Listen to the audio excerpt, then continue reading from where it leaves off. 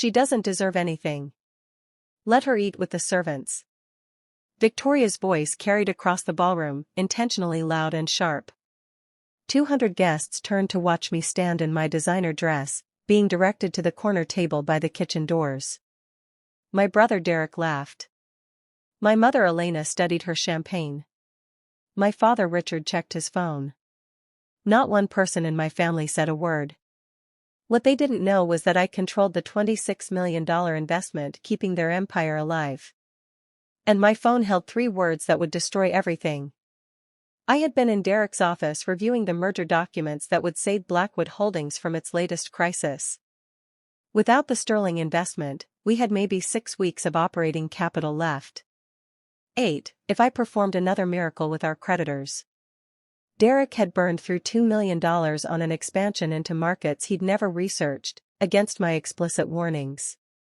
Just sign here, Sam, Derek said, sliding papers across his mahogany desk without looking up. Standard minority shareholder approval. As using a fork can cause Victoria's the juices to father run. needs it by tonight. He didn't mention that my signature would also dissolve my position post-merger. He probably assumed I hadn't read the fine print buried on page 47. But I had read everything, including the email Victoria carelessly left open on his computer, the one outlining their plans to remove all Blackwood family members except Derek within 6 months. This humiliation wasn't new.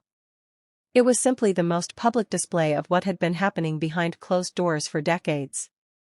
Every morning started at 5:30 a.m. while Derek slept until noon. I resolved supplier disputes, negotiated contracts, and prevented crises he'd never know existed. When the quarterly reports needed presenting, Derek read from cards I'd written, delivering insights I'd developed, taking credit for strategies I'd implemented. The irony wasn't lost on me. I'd graduated summa cum laude from Harvard Business School while Derek barely scraped through State College on a legacy admission. Yet here I was, ghostwriting his executive communications. When I won a national mathematics competition at 16, the trophy went in the basement. When Derek came in third at regional golf, Richard commissioned a display case. When I received a full scholarship to Harvard, Elena told her friends I was studying something with numbers. When Derek got hired straight out of college, there was a party with 200 guests. What my family didn't know was that over 5 years, I'd been building something in the shadows. Late nights in a rented office space revealed my true work, Phoenix Capital. Through carefully constructed shell companies, I'd quietly acquired controlling interests in every vendor Blackwood Holdings couldn't survive without: logistics, technology infrastructure, manufacturing partners. Meridian Logistics. Apex Solutions. 6 critical suppliers, all now mine. I'd bought them with savings accumulated from years of undercompensated brilliance, improved their operations, and positioned myself as the invisible foundation holding up Blackwood Holdings. My partnership with Catherine, Richard's banished sister, had been the final piece. She helped me acquire 60% of Blackwood Holdings debt through Titan Ventures. The paper trail was perfect, legal, and devastating. Now, sitting at the servants' table while Victoria preened in her $40,000 dress, I felt the weight of every dismissed achievement pressing down on my shoulders. "So what's your role in the wedding, Sam?" one of the bridesmaids had asked earlier. "Oh, Sam's not in the wedding party," Victoria had laughed. "She'll be handling logistics. Support staff. Every family has someone who handles the unglamorous tasks." The catering staff beside me shifted uncomfortably as Victoria's voice rang out again. "She doesn't deserve anything. Let her eat with the servants." I reached into my clutch with movements so calm they seemed choreographed. The encrypted app opened with my thumbprint. The message was already typed, waiting. 3 words that would cascade into their destruction. Cancel the deal. I pressed send. The effect was immediate but initially invisible. Somewhere, lawyers received notifications. Contracts dissolved. The company's Blackwood Holdings depended on suddenly belonged exclusively to Phoenix Capital. Credit lines froze. $26 million in promised investment evaporated. Marcus Sterling's phone buzzed first. His face changed like weather, confusion, understanding, then rage. What is this? His voice cut through every conversation. The contracts are void. The funding is withdrawn. Derek fumbled for his phone, his face going pale as message after message flooded in. Board members calling emergency meetings. Creditors demanding immediate payment. Every pillar holding Blackwood Holdings upright had been removed simultaneously. "This is finished," Marcus roared. "We don't invest in amateurs who can't control their own board." The Sterling family evacuated like the building was on fire. Victoria stood frozen, her cathedral veil dragging as guests streamed toward the exits. "What did you do?" Derek's voice cracked across the ballroom. I stood slowly, smoothing my skirt, and walked toward them. My heels clicked against marble in the sudden silence. "I gave you exactly what you thought I deserved," I said, my voice carrying perfectly in the hushed space. "Nothing." Within days, the story had exploded across business media. Someone had recorded Victoria's cruel declaration and Derek's desperate collapse. Wedding Day Massacre was trending. Blackwood Holdings stock fell 68%. Derek was voted out by the board. The company building was foreclosed within the week. Catherine emerged from the shadows with evidence.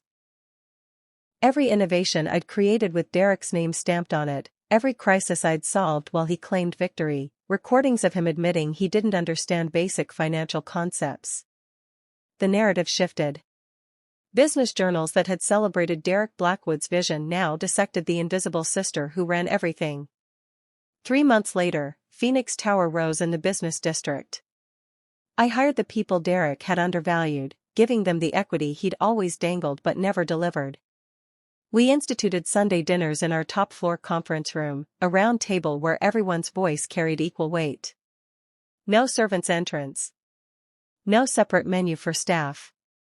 No invisible people doing visible work. The call from Derek came exactly 1 year after the wedding. "If we had just treated you fairly," he said, his voice hollow, "would you have saved us anyway?" I could have twisted the knife one final time. But revenge had already been served. "Yes," I said simply. "I would have saved you every time, Derek. That's the difference between us. You saw family as something to use. I saw it as something to protect, until you showed me I wasn't family at all." I hung up without another word. Some stories need endings, not epilogues. The years that followed taught me something unexpected about power and family. True strength isn't found in tearing others down, but in lifting the right people up. Every person I hired, every equity share I distributed fairly, every voice I made space for at the table, these became the real victories. Catherine and I still meet monthly, no longer as conspirators but as survivors who chose to build rather than simply burn. We talk about the weight of carrying family disappointment, the cost of being underestimated, and the strange lightness that comes from finally letting go of trying to earn love that was never freely given.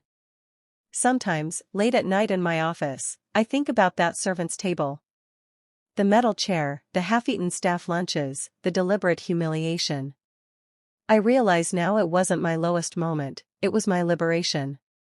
Every slight, every dismissal, every moment they made me feel small had been building toward that exact instant when I finally understood my own worth. The girl who used to wake at 5:30 a.m. to solve other people's problems still rises early.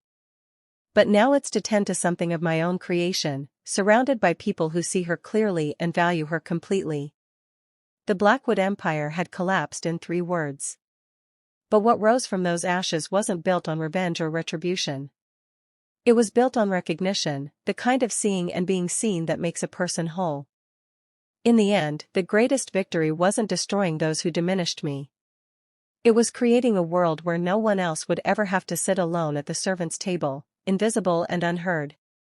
That transformation, from shadow to light, from servant to sovereign of my own destiny, that was the real empire I built. One where worth is recognized, contributions are valued, and every voice at the table matters. The city still sparkles outside my window each night, but now it reflects something different back to me. Not the hunger for validation I once carried, but the quiet satisfaction of finally, truly, coming home to myself.